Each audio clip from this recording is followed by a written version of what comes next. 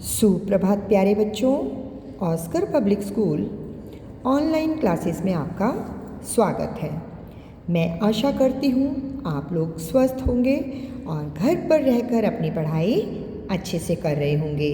प्यारे बच्चों, आप जानते हैं प्रदूषण अधिक है, इसलिए आपकी ऑनलाइन क्लासेस हो रही हैं। तो आपको जो भी वर्क भेजा जाता है ऑनलाइन क्लासेस के माध्यम से, आपको उन्हें उस कार्य को पूरा करना है और जितनी भी वीडियोस सभी विषयों की आपको उनको ध्यान से देखना है और दिए गए कार्य को पूरा करना है। और प्यारे बच्चों, एक बात आप ध्यान रखिए कि जब स्कूल ओपन होंगे तो आपको जितना भी कार्य भेजा गया है वह सब आप अपनी नोटबुक में कंप्लीट करके लाएंगे। कोई भी बच्चा स्कूल खुलने के बाद अपना पेंडिंग वर्क स्कूल में नहीं करेगा। इसलिए जब भी आपको समय मिलेगा आप अपना वर्क कंप्लीट करेंगे। तो आइए बच्चों, अब आप आज की कक्षा की शुरुआत करते हैं। आप अपनी व्याकरण की पुस्तक ओपन कीजिए। तो बच्चों देखिए, पाठ 18 अपठित गद्यांश, पेज नंबर 83। अपठित गद्यांश, जिसे आप इंग्लिश में अनसीन पैसेज कहते हैं। अपठित का अर्थ होता है जो पहले पढ़ा ना गया हो, यानी कि ऐसा गद्यांश, ऐसा पैराग्राफ, ऐसा पैसेज जिसे आपने पहले ना पढ़ा हो और जो इसके नीचे प्रश्न दिए गए हैं उनके उत्तर आप कहाँ से ढूंढेंगे? इस पैराग्राफ के अंदर से। आपने अनसीन पैसेज पहले भी किया हुआ है, शायद आपको याद आ गया होगा जब हमारे फर्स्ट टर्म एग्ज़ाम्स हुए थे। आ गया याद? अभी जब हमारे फिर फाइनल टर्म के एग्ज़ाम होंगे तब ये फिर से आएगा, अनसीन पैसेज यानी अपठित गद्यांश। अपठित गद्यांश को हमेशा 2 बार या 3 बार पढ़ना चाहिए। इससे वो हमें अच्छे से समझ आ जाता है और हम उसके नीचे दिए गए प्रश्नों के उत्तर आसानी से और सही दे पाएंगे। ठीक है बच्चों, तो आइए अब हम इस गद्यांश को पढ़ते हैं। आप अपनी पुस्तक जल्दी से निकाल लीजिए और इसको पढ़ना शुरू कीजिए। पुस्तकें हमारी सच्ची मित्र हैं। ये हमें ज्ञान देती हैं और सही मार्ग पर ले जाती हैं। ये ना किसी से द्वेष करती हैं और ना ही शत्रुता।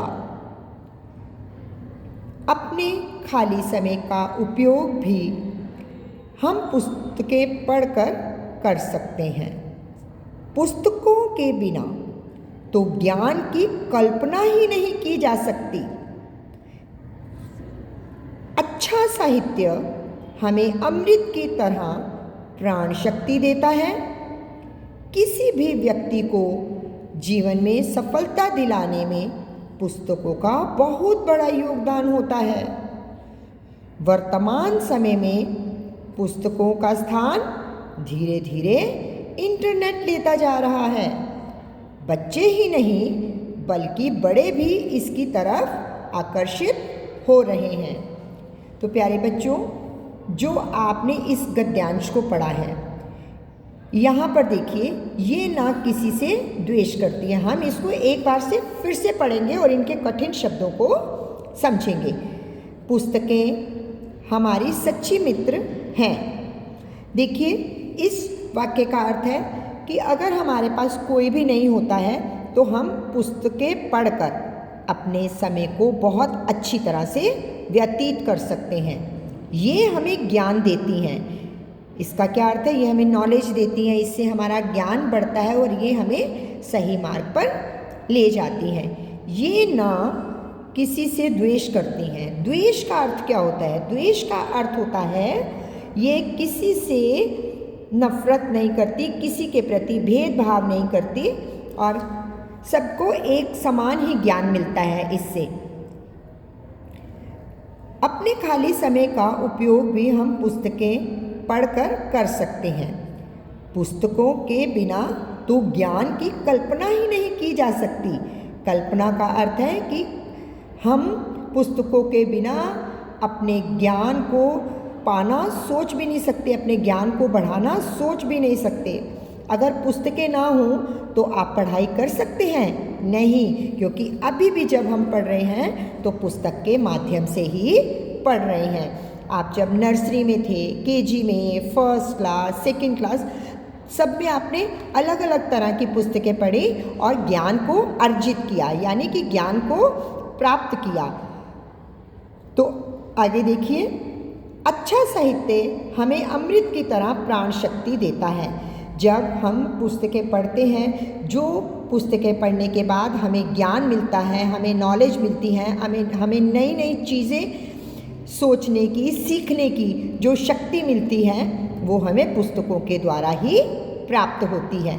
किसी भी व्यक्ति को जीवन में सफलता दिलाने में पुस्तकों का बहुत बड़ा योगदान होता है। यह बात सत्य है, क्योंकि जो आपने देखे होंगे अच्छी अच्छी पोस्ट पर ऑफिसर्स होते हैं, चाहे वो किसी भी फील्ड के हों, कोई टीचर, पुलिस में, आर्मी में, आईपीएस ऑफिसर्स, ये जितने भी सभी फील्ड हैं, इनमें जो लोग इतनी ऊंचे पदवी पर जिन्होंने प्राप्त की है, उन्होंने सभी कुछ इन पुस्तकों से पढ़कर ही अपना ज्ञान बढ़ाया और ज्ञान प्राप्त किया और अपने जो एग्ज़ाम है उसको क्लियर किया।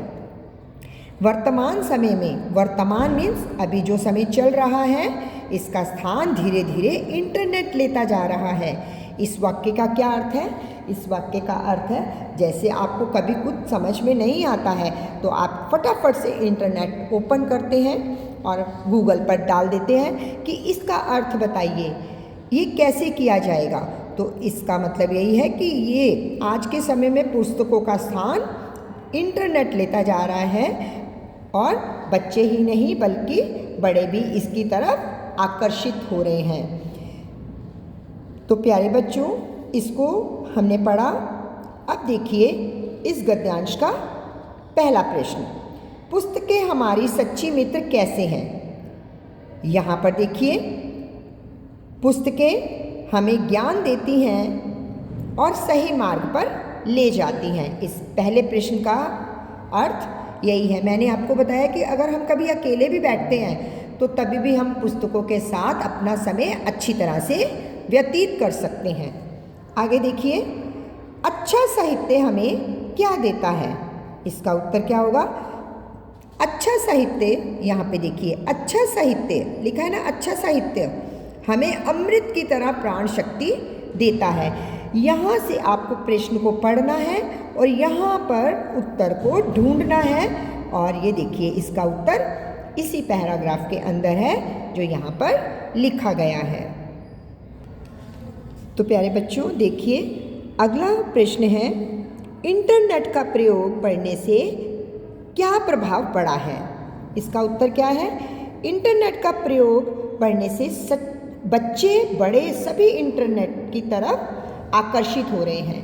प्यारे बच्चों, जो इंटरनेट का यूज़ है, छोटे बच्चे अपनी क्लास के अकॉर्डिंग देखते हैं कि उसका आंसर क्या है, और जैसे कि बड़े बच्चे हैं, कॉलेज में जाने वाले हैं या जो एग्ज़ाम्स देते हैं कंपटीशन में, तो उनको अपने हिसाब से अपने प्रश्नों के उत्तर ढूंढने होते हैं। तो इंटरनेट का जो प्रयोग है वो बच्चों के साथ साथ बड़े भी करते हैं। अगला प्रश्न देखिए, मित्र और ज्ञान शब्दों के विलोम लिखिए। विलोम शब्द, मित्र का विलोम होता है शत्रु, ज्ञान का विलोम होता है अज्ञान। ज्ञान के आगे मैंने आपको कई बार बताया है कि कभी कभी कुछ शब्द ऐसे होते हैं जिनके आगे अ लग के वो विलोम अर्थ देते हैं, जैसे सफल, असफल। इसी तरह ज्ञान के आगे अज्ञान। अगला देखिए प्रश्न है, गद्यांश में से ढूंढकर दो विशेषण शब्द लिखिए। यहाँ पर लिखा है सच्ची और खाली।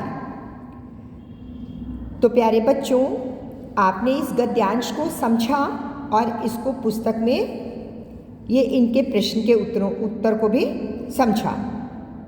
आगे देखिए, अभ्यास कार्य में एक गद्यांश और दिया गया है और नीचे उसके प्रश्न दिए गए हैं। आपको इस गद्यांश को पढ़ना है और इस पुस्तक के पेज को अपने आप स्वयं यहाँ से उत्तर ढूंढने हैं और यहाँ पर लिखने हैं।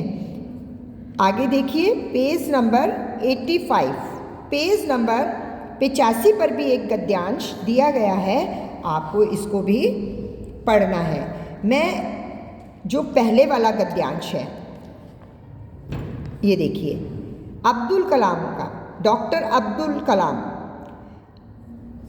इसके प्रश्नों के उत्तर मैं आपको जो वीडियो भेजी जाएगी उसके साथ सॉल्व करके इसके आंसर लिख के भेज दूंगी।